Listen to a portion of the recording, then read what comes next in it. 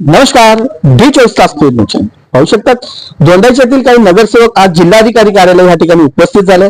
साखरीमध्ये जे प्रकरण झालं होतं त्यानंतर काही असे अफवा आले होते की पत्रकारांना देखील मारहाण करण्यात आले होते, काही नागरिकांना देखील मारहाण करण्यात आले होते.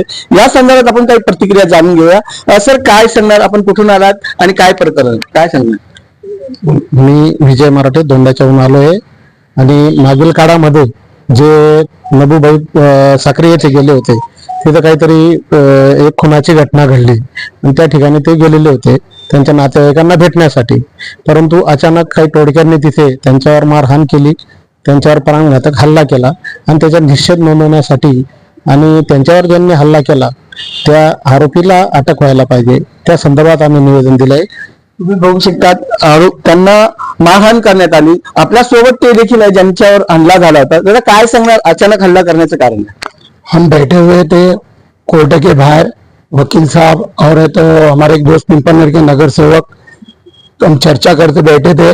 3:30 बजे का टाइम था. आरोपियों को लेके चले गए, सब पुलिस वगैरह चले गए. हम बैठने के बाद में अचानक कुछ लोग आए और पूछने लगे नबू भाई कौन है. तो हमारे साथ में जो थे पठान साहब पिंपलनेर के, तो उन्होंने मुझे बोले आप निकलो, बोले मेरे को आगे भेज दिए. वो बेचारों को बहुत मारपीट किए.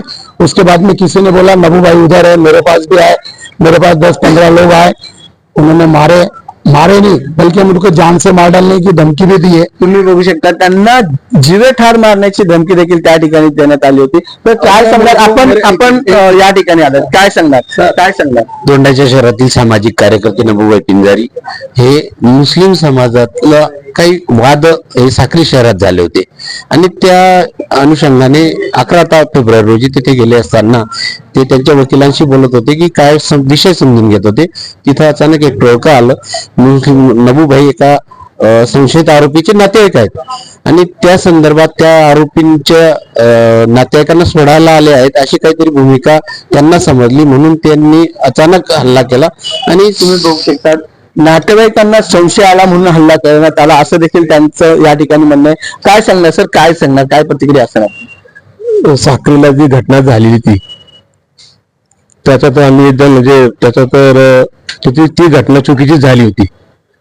पण त्याच्या 4-5 दिवसानंतर आमचे नबूभाई त्या ठिकाणी गेले होते घटना झाल्यानंतर. तर त्या दिवशी त्यांच्यावर जे मारहाण झालेली आहे त्याच्यावर आम्ही ज्यांनी मारहाण केलेली आहे, ज्यांनी कायदा हातात घेतलेला आहे त्यांच्यावर कारवाई झाली पाहिजे. ज्यांनी कायदा हातात घेतलाय त्यांच्यावर कारवाई झाली. सर, काय सांगणार आपण, तुम्ही आता जिल्हाधिकारी यांना मिळालं, काय आश्वासन दिलं त्यांनी सांगितलं जे सीसी कॅमेऱ्यामध्ये असेल त्यांच्यावरती आम्ही कारवाई करणार. तुम्ही बघू शकतात, जिल्हाधिकारी यांना आज या ठिकाणी संपूर्ण दोंडाईच्या मधील जे नगरसेवक आहेत त्यांनी, सामाजिक कार्यकर्ते देखील या ठिकाणी उपस्थित आहे. ज्यांनी यांच्यावर हल्ला केला त्यांच्यावर गुन्हा दाखल नक्कीच होईल असं देखील आज पोलीस अधीक्षक यांनी या ठिकाणी प्रतिक्रिया देताना यांना सांगितले आणि आज हे संपूर्ण पदाधिकारी जिल्हाधिकारी यांना निवेदन दिले. कॅमेरामॅन न्यूज डेस्क डी24 तास चॅनल. जय हिंद, जय महाराष्ट्र.